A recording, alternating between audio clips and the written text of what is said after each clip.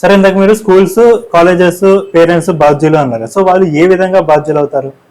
ఒకటి, మనం financial concepts గురించి అండర్స్టాండ్ చేసుకునేటప్పుడు, లేదంటే మన ఫ్యామిలీ మెంబర్స్ ఎవరైతే ఖర్చు పెడుతున్నారో, ఎప్పుడైనా సరే మీ పేరెంట్స్ దగ్గరికి వెళ్ళి నాకు పాకెట్ మనీ కావాలి అని చెప్పేసి అడుగుంటావు, కానీ డాడీ మనకి శాలరీ ఎంత వస్తుంది, లేదంటే మనకి ఇంటికి ఖర్చు ఎంత అవుతుంది, నాకు ఇన్సూరెన్స్ పాలసీ ఎంతవరకు ఉంది, మన ఇంటికి అప్పు ఎంత ఉంది, లేదంటే పర్సనల్ లోన్ ఎంత ఉంది, లేదంటే కారుకు లోన్ ఎంత ఉంది, కారు లోనా లేదు, నేను ట్యాక్సెస్ ఎంత కడుతున్నాను అనేటువంటి ఓపెన్ డిస్కషన్ ఎప్పుడైనా ఏ ఫ్యామిలీలో అయినా సరే జరగడం చూసావా? లేదు కదా. సో మనకి ఆర్థిక పునాది అనేటువంటిది ఏదైతే ఉందో మన పేరెంట్స్ దగ్గర నుంచి నేర్చుకుంటున్నాం.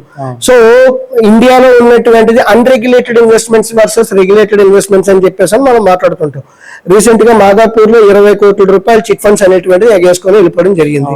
రియల్ ఎస్టేట్ లో స్కామ్లు అనేటువంటివి జరుగుతున్నాయి, స్టాక్ మార్కెట్ లో స్కామ్లు అనేటువంటివి జరుగుతున్నాయి. కానీ ఈ రకమైనటువంటి ఓపెన్ డిస్కషన్ ఎప్పుడైనా సరే మన ఫ్యామిలీ మెంబర్స్ లో ఓపెన్ గా మాట్లాడుకున్నామా?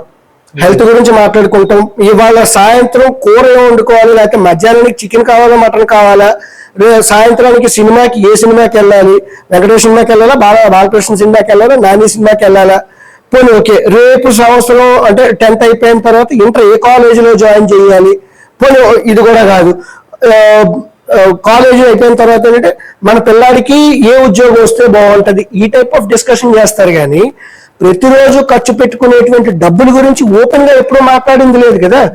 మనం ఎప్పుడైతే ఓపెన్ గా మాట్లాడట్లేదో దాని రిలేటెడ్ కంటెంట్ మనకి యూట్యూబ్ లోనో ఇన్స్టాగ్రామ్ లోనో వస్తున్నది. నాకు ఈ విషయం తెలియట్లేదు కాబట్టి నేను అక్కడ కంటెంట్ చూస్తున్నాను అనేటువంటి విషయం.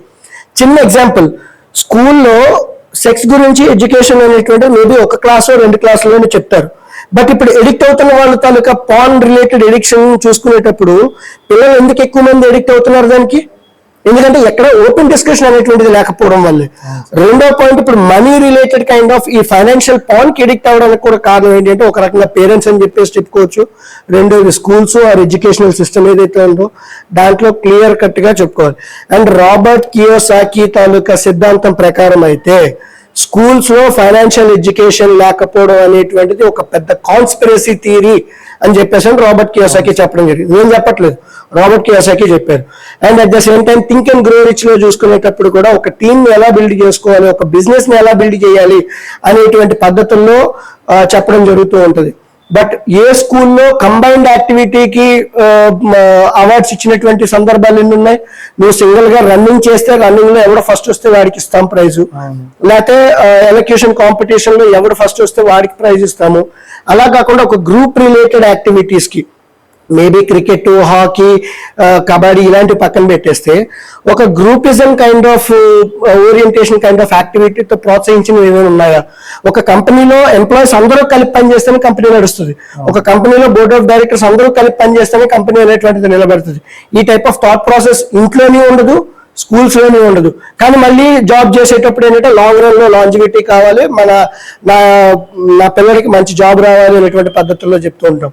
సో ఇక్కడ ఇన్ని రకాలుగా ట్రాన్స్పరెన్సీ అనేటువంటిది లేకపోవడంతో మనీ అంటే ఏదో పెద్ద వింత పదార్థం అన్నట్టుగా మన పేరెంట్స్ అలాగే పెంచడం జరిగింది, ఇప్పటికీ అలాగే పెంచుతున్నారు.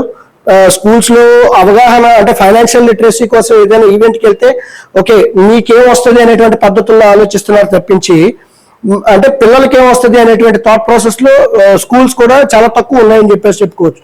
సో ఇన్ఫాక్ట్ ఆ సిచ్యువేషన్ ని మనం మార్చగలిగితే గనక డెఫినెట్ గా financial education, financial literacy over a period of time పెరుగుతుంది.